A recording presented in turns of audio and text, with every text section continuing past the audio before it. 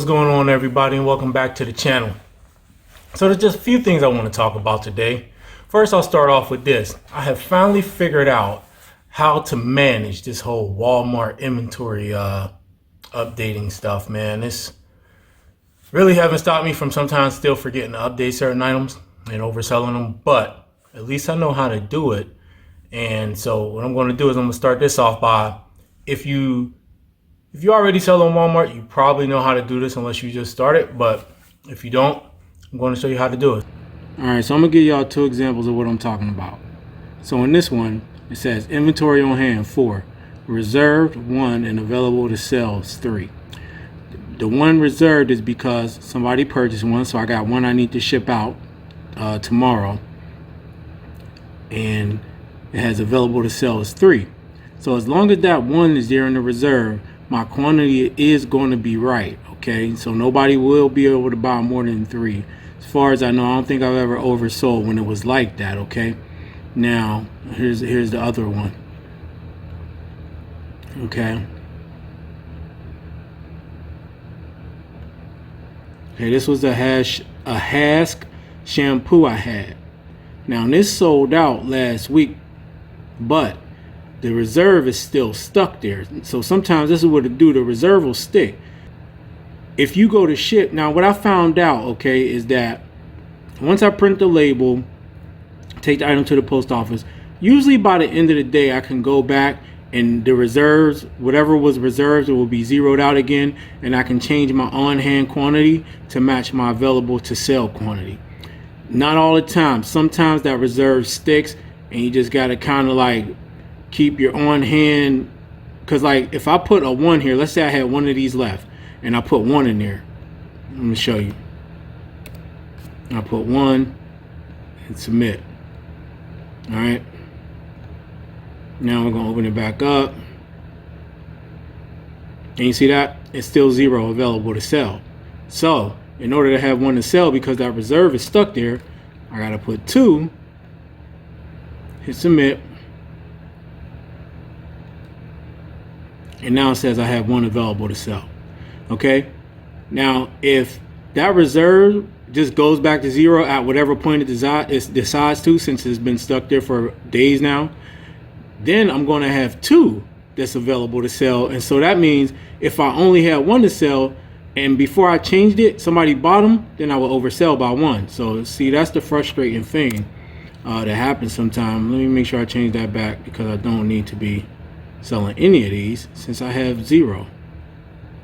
And eventually that 1 will leave most of the time. All right, we're gonna go back over here to this item. So what'll happen is tomorrow when I go to ship this item out, right, like I said, most of the time the reserve will update. So tomorrow when I go to ship this item out, I really have 3 left, right, unless somebody buys some more tonight. I really will have 3 left. So then later on in that day, after I've taken everything to the post office and all that, I'll come back and check. This should be 0. I can take that down to 3, and it'll have 3. If not, if I don't change it and this goes to 0, well, guess what? My available to sales going to default back to whatever inventory is on hand. So this is how you got to manually update your inventory if you don't want to oversell items. Since I've been on top of that, I haven't really had any problems, and the ones that I did have, I have forgot to go back. And so what I do now is on my handy dandy to-do list clipboard, items that I have quantities of, I'll write down. Yeah, this is like really involved, guys. It's like extra work. It's a bunch of bull crap, but whatever, man. So what I'll do is I'll just write it down on this, and then, you know, later on that day, I'll just go through, see which reserves have updated, and then I'll update my inventory. If the reserve didn't update, I won't cross it off yet, but I'll just keep checking, and then once I check it and I was able to update it, I cross it off and it's done. All right, so I hope that made sense to you.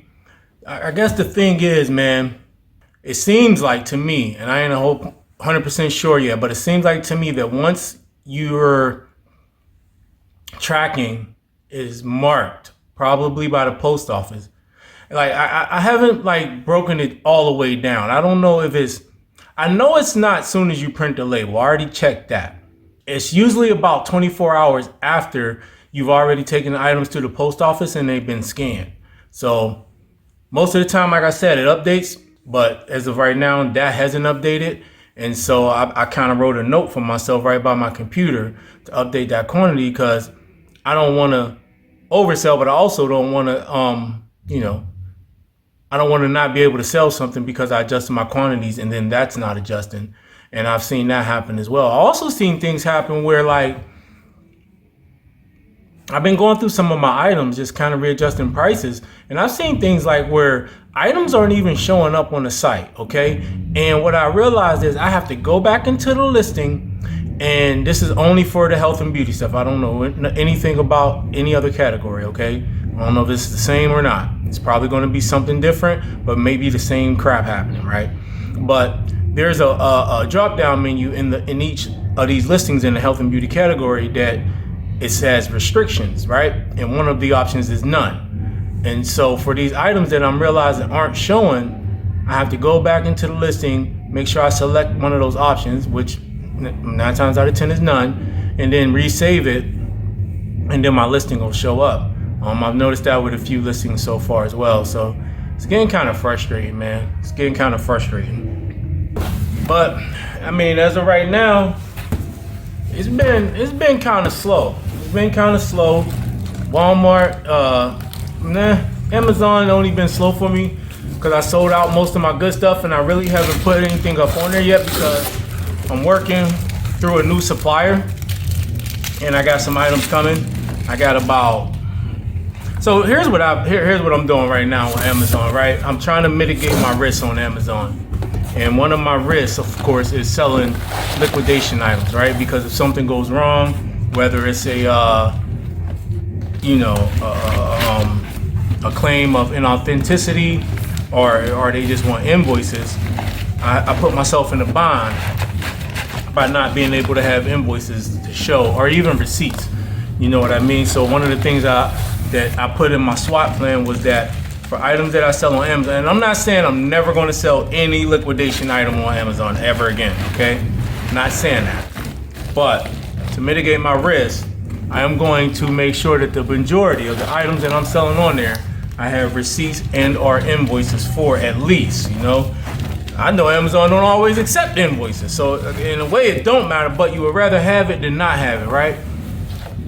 So this place that I'm ordering from now, it's taking a while. The whole process has been kind of long. I got to go tomorrow and do another wire transfer, but I'm kind of breaking it down. So what I want is a core of products that may not have a super high margin, but they have a very fast sell-through rate. So we're talking about these rates are between like 1,000 and 3,000. Okay. In the grocery category, 1,000 and 3,000, which is really fast, and very low competition. So and on the ones that I've seen, there has been only 1 or 2 other sellers. So 1 or 2 other sellers, very low competition there, and the rate is very fast sell through. So it's usually around 2,000 or 3,000 ish, and the profit margins are pretty small, but with that type of turnover, I can do that, and they're steady. And I'm not saying I'm looking for all small margin stuff. I'm just looking for core items that's going to give me revenue, a steady flow of revenue that I can count on, and that will sell with low competition, and I'm not having a race to the bottom with people. You know what I mean? So I'm waiting for those things to come through. Then I'm about to make another order for certain things that I'm just kind of going to stick to with Walmart. You know what I mean? Because Walmart has health and beauty items sell really, really good on Walmart. Cosmetics and stuff like that, really good. So, and I mean, for the most part, the competition is still not that much, because you have to submit, your sales tax information and stuff like that to Walmart, and the majority of resellers don't have it. And to be honest, the majority of people ain't even going to go that far. So competition is still low there, and I like that barrier to entry that they have because it keeps competition low. But like I said, I only sell in one category. I can't speak on other categories and what's going on there either. So that's that. Trying to keep up on my supplies. I had an issue where I ran out of supplies, envelopes and all types of stuff, man. It was kind of crazy. I just got to keep up on that.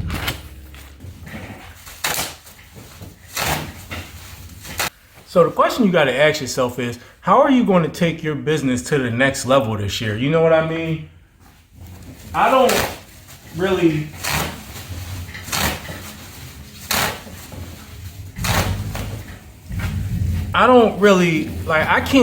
I'm not satisfied with just doing the same thing year in and year out. Because I have other goals and I'm trying to use reselling as a way to get to that next level with my goals. So the question you got to ask yourself is, why are you even reselling in the first place? If that's what you're doing, and how seriously are you taking it? Is this a business for you? Is it just a hobby? Is it just something to make some extra money? Either way, whatever it is, it's fine. You know what I mean? It doesn't really matter. Are you trying to use reselling to pay down debt?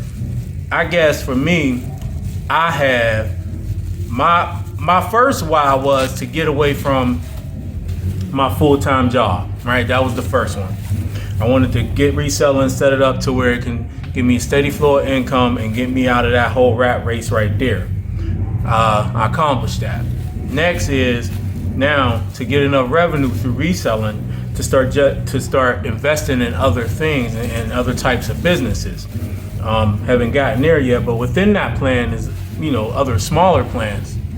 So, you just have to have a strategy, which is your overall plans, and then the tactics, which are going to be the steps that you take to, accomplish that strategy. Another one of the things that I also been debating is, do I want to add like a retail type of location? You know what I mean? It's just another way to mitigate my risk overall between selling online and only online, and to kind of like just diversify things. And another way to generate revenue, I guess, it would have to be a retail building that's, in a good location, that I can sell larger stuff out of, and it still has a large enough back room for me to have my online operation set up, and the stuff that I'm gonna have to put out front. So I don't mind doing that. I've been kind of mulling this over back and forth for the longest now, man. And I still ain't sure what I want to do about that. I went and looked at this building not too long ago, man. I walk in, there's water dripping out the ceiling, and this lady just acted like there's nothing wrong and this is just normal. I'm looking around this place. I'm like, that's why this is only like $500 a month. No, I ain't moving out of my unit for this. You gotta be out of your mind. So, I kindly just let her know, like, yeah, this ain't really what I'm looking for. Don't have access, but I don't even know why she would show somebody that, like, in that condition. But I guess if I come across the right opportunity and, and money-wise, if it's affordable, I'll probably do it. I wouldn't mind selling larger stuff that has larger margins. I also don't want to, like, get too far off course for what I'm trying to do too. Sometimes things seem like a good idea and you're like, yeah, I'm gonna do this and I'm gonna do that, but it take you off course from like your main goal, and it's a distraction more than anything else. And then you gotta think, like, once you add something like that, like there's other things that come along with it. So right now, if I do that, so now I gotta have I got insurance for, like, because of Amazon, they make you do that once you sell so much per month, but you got to get insurance for that place. You're probably going to need an employee at least, right? At least one person. So you need insurance, you need an employee. There's just other costs that come along with it. It ain't just, how much does it cost to lease the building and all of that. So I don't know. I feel like sometimes if it ain't broke, don't fix it. And you'll just know when it's time to do something else or when it's time to add something. I think right now what I want to do, I just want to get this right, what I'm doing right now. I want to get my Amazon store where I want it to be and generating the type of revenue I want it to generate. And I want to get my Walmart storefront, but I want it to be having that generating the revenue I want it to generate. And eBay is there just to kind of like pick up the slack on some of the things that I might not be able to sell on those two, or that, I just can't, or whatever. I need to reach my goal that I set for myself, my revenue goal. And so anything that, even if it sound good, if I feel like I got to do a bunch of other stuff to kind of make it happen, I'm just not going to do that right now. I'm going to take what I already got set up and I'm just going to kind of work with this and scale this up to where it needs to be. So you just need to ask yourself the same thing. Sometimes we get distracted, even when you on here on YouTube and you watching these videos and you watching people do this and people do that, and you're like, oh, this is good and this is good and that looked like a good idea and this looked like a good idea. But like, if you know what you want to do and you done wrote it down and you're focused on your plan, yeah, you might listen to other people and all of that, and maybe you can find a gem or two here and there. But you shouldn't be listening to do what they do, to sell what they sell, to sell how they sell. You have to like get in your own lane and stay in your lane. You know what I mean? Stay in your lane. And when you decide to switch into another lane, switch into another lane wholly. You know, don't be trying to drive in two different lanes at the same time because you might crash. But one thing I noticed, especially with this YouTube stuff and listening to people and in the groups and all of that, you know, people they really ain't got no direction about what they want to do, where they want to go, how they want to do it. All they doing is they chasing the next, you know, bolo and all of that. I mean, and like, look, if that's what you want to do, if that's what you into, that's fine. But if you're trying to really have like a steady business, then that really ain't fine. You know what I mean? That really ain't fine. You need to have clearly defined goals, and you need to be working every day to reaching those goals. And everything that you do, every step that you take should be getting you there. And you have to re-examine throughout the year, and just to make sure, because it's easy to get off course. Before you make a purchase, before you do anything, just ask yourself, is this getting me closer to where I'm trying to go and where I'm trying to be, or is this going to take me farther away? You know, those are important questions that you need to be asking. And if it's not, yes, it's getting me closer, and yes, it's going to get me there, then don't do it. You know, don't do it just because it sounds good, look good, because somebody made it sound good or look good, or because it's working for somebody else. Because just because it's working for somebody else don't mean it'll work for you. Like me, I don't like selling clothes. And as much as I know I can find clothes, I can get clothes that'll sell and all of that, I'm good, man. And I've had to do that to myself a few times over this last year or so, is check myself when I thought I seen a good deal on some clothes to sell, and I just like, yeah, no, I ain't set up to sell clothes. I have no desire to sell clothes. I just don't like it, period. So the most I would probably do is, if there was an offer I couldn't refuse and it was cheap enough, I might buy them and then boom, flip them to somebody else who like to sell them. But as for me, like, I don't like it. So I'm not gonna get distracted with it. I know what I like to sell is health and beauty and cosmetics. I really like selling health and beauty and cosmetics, all right? And so I'm gonna just perfect that and do that. And so anything that is not in line with that, I'm just pushing out, because I've had a tendency in the past, especially, to get distracted easily, man, with the next shiny object.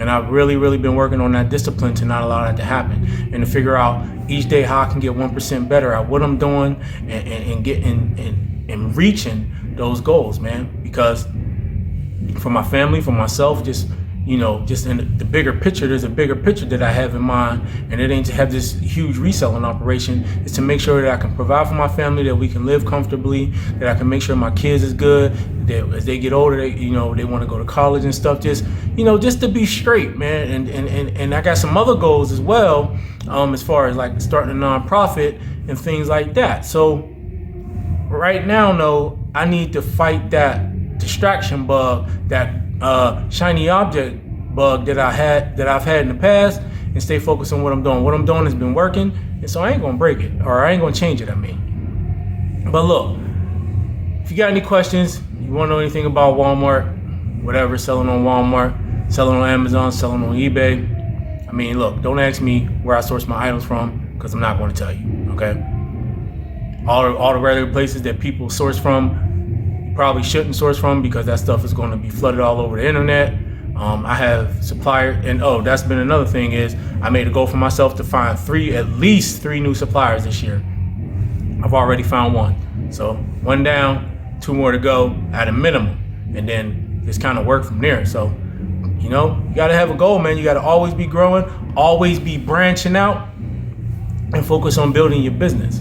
So if you got any questions, I'll answer them, unless it's where I get my stuff from, not answering that, all right? Do me a favor, hit that like button, make sure you subscribe to the channel, and hit that notification bell for me, so next time I make another video, you'll be one of the first to be notified.